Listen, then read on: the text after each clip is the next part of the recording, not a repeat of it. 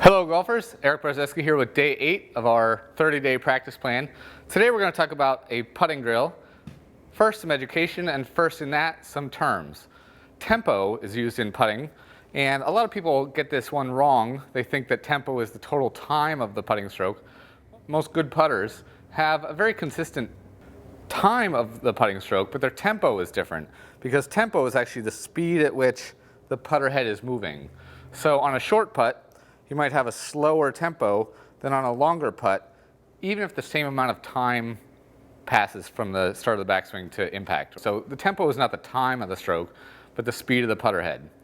The rhythm then is the ratio. So that one's easy because R and R, rhythm and ratio. The ratio is, if it takes me twice as long to make a backstroke as to make a downstroke, that would be a 2-to-1 ratio, and that would be the rhythm of the putting stroke. So it's important to have a consistent rhythm and a consistent time, but your actual tempo is going to change based on the size of the putt. A lot of people are bad at both, honestly. They'll take a short backswing and punch through the ball, and then for a longer putt or for a shorter putt, they might take it back actually slower, which is good, but then they'll follow through slower because they don't have to hit it as far. So their tempo will be different, of course. But more importantly, their time of their stroke and their rhythm, the ratio of the backswing to the downswing will be different. Many people are also bad in another way. We're going to do kind of two things today. So a lot of people will use a lot of wrist motion in their putting stroke. So you'll see a lot of this. Some people take it back with their wrist. A lot of people won't take it back with their wrist, but they'll take it back pretty good. And then do a lot of this on the follow through, like the butt of the club almost hits a wall and the head just keeps going. So you'll see a lot of wristy follow-throughs, especially on short putts, but on long putts, because people only take it back to here, then they'll have to really add some speed to the putter head. So I have two drills for you first today, okay? The first drill, I'm gonna have my daughter Natalie come on here. She's just gonna make some strokes here, back and forth. I have a tempo app on my phone. I've set it to 2/4 time. I set it a little fast for her, but this is 90 beats per minute. She's going to basically make some strokes, go ahead and back and through. She's just going to go back and through while playing this tone and tell me if it's too fast or too slow for what she naturally wants to do. So that's probably a little too fast, right? Yeah. Okay, so I'm going to take it down. Let's try 80. Tell me if that's a little too fast, a little too slow. A little too slow. Too slow? This is 84. Good. Okay, so 84 beats per minute. I'm going to pause that just so you can hear me and so we're not totally annoyed by that.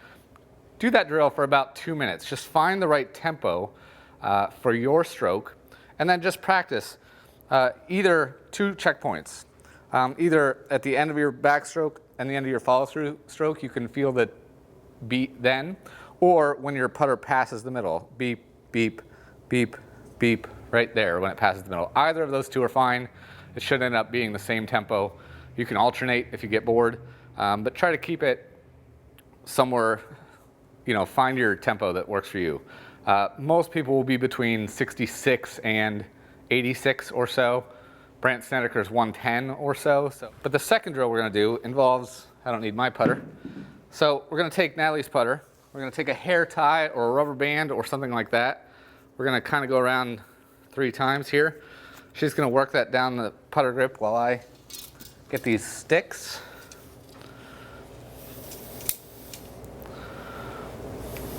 It goes on the shaft, so it's a little tight on the grips. There you go.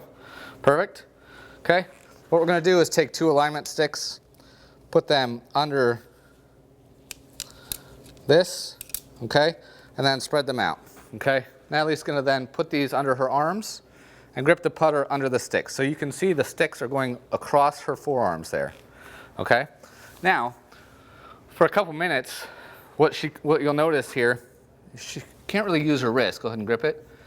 There's not really much you can do with your wrist. There's a little bit of play, which we want to see in a putting stroke, a little bit of wrist motion, soft wrists, but she's going to basically do this while I play her tempo.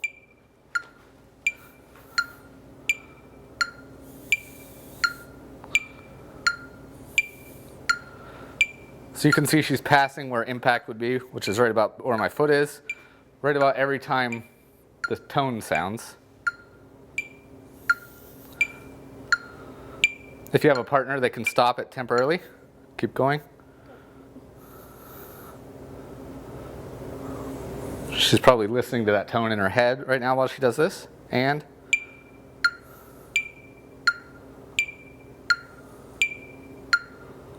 right, and she switched up to doing it on each end, which is another good way to do it. Okay, so do that for 4 minutes or so. Okay, it gets a little boring, maybe 4 minutes, so maybe do it 1 minute of the first thing and then 3 minutes and then take a break and then come back to it and do it again later in the day. That should help your tempo. It should help your rhythm, sorry, not tempo. It should help the total time of your stroke because that beat is going to remain consistent. You can practice short swings. You can practice bigger motions. Okay, so it should help your time of your stroke. So that's it for day 8. We'll see you again tomorrow.